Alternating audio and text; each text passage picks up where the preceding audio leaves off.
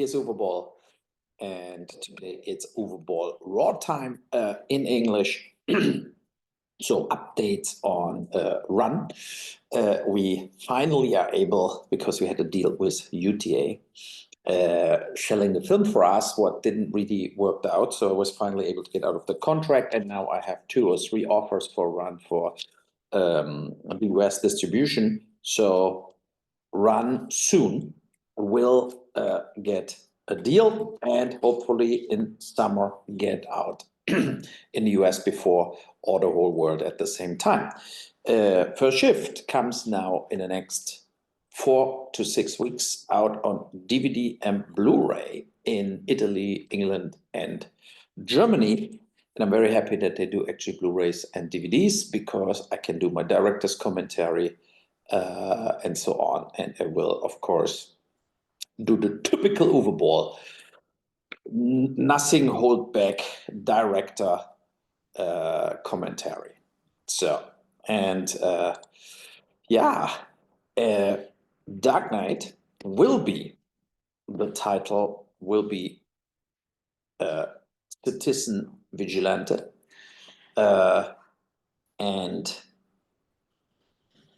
or Vigilante Citizen, one of the two, but I'm still debating it with myself, but I think it will be Vigilante Citizen. And I had no chance because, of course, it will be Vigilante Citizen. So I had no chance because DC Comics and Warner threatened a lawsuit, and it's not worth it. They registered the trademark and so on. So it's just the case. So, but First Shift outside of Italy, UK, and German speaking, it's not sold. It's now sold also to Latin America, but other countries still have to buy it. And I hope we can close some deals soon for First Shift after it is so an unbelievable big success on Paramount Plus in the US. We also, and I want to use this video here to urge Paramount Plus to come back to us for First Shift 2 and 3. They said they would make an offer, and that would be great if this happens now, because we want to shoot, of course, relative quickly part 2 and 3. We're working on the scripts and would shoot both movies back to back. This time, of course, New York, but not based in Brooklyn, maybe based in New Jersey, because they have a tax rebate situation there too, what would be very good for us to use. So, on other film news, there is a lot of discussions going on right now in regards of Gene Hackman. He is an absolute legend. Was an absolute legend. He was even older as Clint Eastwood. I mean, that people like this caliber, in a way, turn 100 at one point. I think Dick Van Dyke is maybe 100, but it is like a very surprising that he was so old, right? 95. But the reality is, they found a dead dog. They found the wife from him. She was only 63, dead on the ground in the kitchen, and he was laying somewhere. They were both already like mummified. And so the real question is, what is that? Like, what happened to Gene Hackman?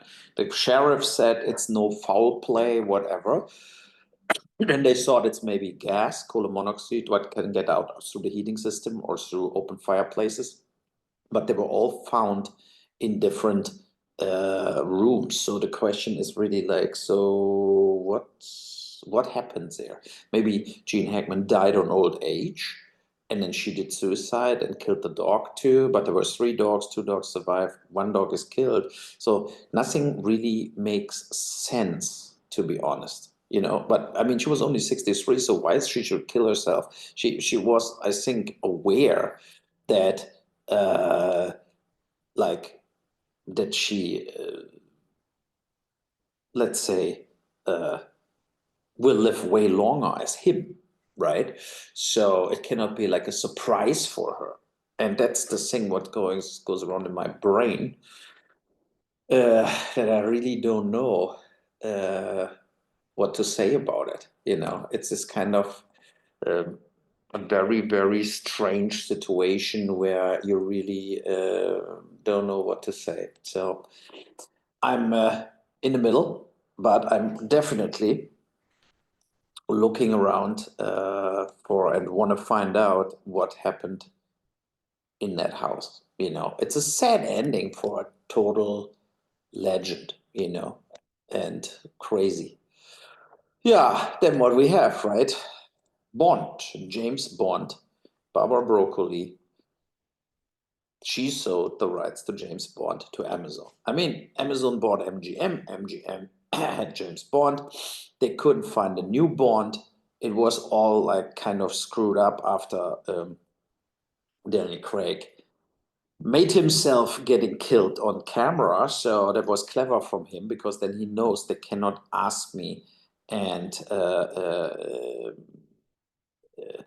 they cannot ask him again, because that's what they would do now. They would now offer him 50 million bucks to play James Bond, and so for him, because he didn't want to do it anymore, I think it was the right turn to say no, it's over.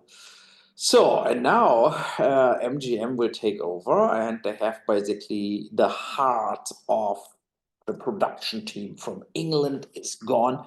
Now they could make it playing in England, but shooting in England and also US. I don't know. It's like a strange situation, but it also uh, um, uh, um, it's time changes. Everything is changing, and it's not only people like dying, like legends like Gene Hackman, but also like what nobody saw it. Like, for example, at the Oscars, when all that prizes are in a way meaningless, that they're all only celebrating each other from one red carpet to the other, and that it's all only for themselves. They are into it, but the audience don't care. All that films on festivals, also what even getting nominated, doesn't really turn into a huge box office success. Here's a big article in the Hollywood Reporter about James Bond, and Broccoli is said to have grown tired of that as well, and clearly hit a wall with her new partners at Amazon, whom she recently described in a Wall Street Journal interview as fucking idiots. And that is one theory, that she was tired of fighting with Amazon, so gave it up. And then, or other version is Jeff Bezos offered her so much money, and that he um, paid $1 billion or something to get her out. That's all possible. Mm. But a lot of fans are very, very disappointed about it. Yeah, then Netflix released some numbers, and Squid Game is massive. I think the surprise factor of Squid Game 1 couldn't reach the second one. It's like more of the same. And I don't think there should be a Squid Game 3, because this, I will absolutely don't watch it. And the second I watched, but I'm also kind of good and don't want to watch more. So that's the reality. Yeah, Squid Game season 2 was the top. And then the perfect couple, monsters, the Lionel Element in the story, Emily in Paris, Nobody Wants This, La Palma, Jake Paul versus Mike Tyson. What a shit fight that was. Cobra Kai is in it too. I loved Cobra Kai. I loved the ending, and it made me very, let's say, feeling good about the old days with Karate Kid and so on. Carry On was the #1 movie. Then The Union, Rebel Ridge. I was not. Rebel Ridge got so much hype, but I don't really loved it too much. Beverly Hills Cop was okay, but also not the best thing. Our Little Secret Things thriller, never watched it. The Family Affair. Uglies don't move. Not really. For me, there was not a lot for me in it. So today, let's move to politics. We have a situation where Trump meets Zelensky today. They will sign an economic deal about all the rare earth material in the Ukraine that will piss Putin off. But I have a friend who rescues dogs, Ralf Seeger, in the Ukraine also. And he drives always to the front lines and he says, like, so many dead, so many mass graves. And that I 100% agree with Trump, who says you can rebuild houses, but the life is gone, the life is gone, people are dead. And that's very sad and not okay, you know. So I feel this war has to end under all circumstances. That's the most important thing. And I think that's very, that has to be number one on the agenda, to really, really stop the mayhem and to stop the killing. And you know, if they have to give up some in any way territories, but for this it's peace and nobody dies anymore, that's worth it and should definitely be done this way, you know. I mean, it's really very, very important. Yeah, so then we had like a tech vet, Michael Keanu, warns Hollywood there's major trouble on the horizon. He is an AI guy and has a post house, Light Iron, and has outlined the impact of advancing tech and the creator economy while presenting a bold approach to how he believes a threatened Hollywood could survive and thrive. He urges Hollywood, a term used to encompass all of professional media and entertainment, to reconsider traditions to be sort of a bridge to the creator economy. If we really believe the saving of our industry is going to be based on trying to get it back to where it was in 2019, we're going to lose it all. We want the Hollywood that we can make successful. It's not about survive, so 25. We can strive. We just have to admit that it's going to look a lot different. To the studio tech leaders in attendance, he maintained that the studio have the power to steer change because you're the most powerful. You control a lot of this. Your power is in exhibition, distribution, and marketing. That's where the power of the studio really should be focusing itself. What we need from you is not to give us script notes and not to actually give us notes and on the cards and decides if this is a good project or not. That's not your power anymore. He also urges the community to break down. I totally agree with that guy, right? So there are a lot of questions here about Army Hammer. Of course, I saw Lone Ranger with Army. Of course, I'm in contact with him because he wants to know how the post-production goes. And technical standards and practices are no longer serving their purpose, and he urged manufacturers that develop bespoke production tools to consider the wider group of content creators have been steadily adopting lower cost. That's true. That's also what I always said in the podcast, that it gets cheaper to shoot movies in general. And you can shoot on iPhones, right? So, and it's 4K. So I think what he says in regards of the studios, that the studios should focus not on 100 people talking about the script. Instead, the studio should focus on marketing and distributing and let the producers handle the production. So that when you have a script and it's total shit, of course the studio will not say we pay that production, that's clear, but it's maybe too much interference with the studio if you shoot a film. So yeah, and so Hollywood's traditional standards and practices should move faster and they should relax on these standards and practices. You can't outpace technology of the creator economy. So very interesting, I think, as an article. And yeah, so I will soon tape the director's commentaries, and I hope also we can make a deal in the US with the release of First Shift as a DVD in the US. That never happened so far, but I have companies that are interested to do it. So I really want to move forward with this, because there I can I have the chance to do the director's commentary, and we have a making of and so on. Yeah. Germany had a vote, and now the CDU, Merkel's party, is back in power. The problem is how many are actually, how much power is the question. So, you know, so I don't really know, because they have to do a coalition with the Social Democrats, who were now in the government. And that doesn't mean a good thing. It could be an absolutely disaster. And I think the policy, especially with migration, had to really change, and it didn't.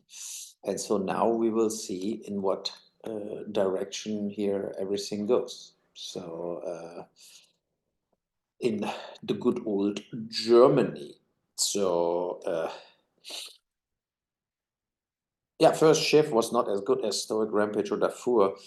These three films were real, I would say, feature films. They were very violent and very specific and very politic. That's more like a Sold on Wall Street, or now like my Dark Knight film or Citizen Vigilante, or Vigilante Citizen. So, you know, there are different films. They kind of, in a way, I love all three films. I think they're my most perfect films I did.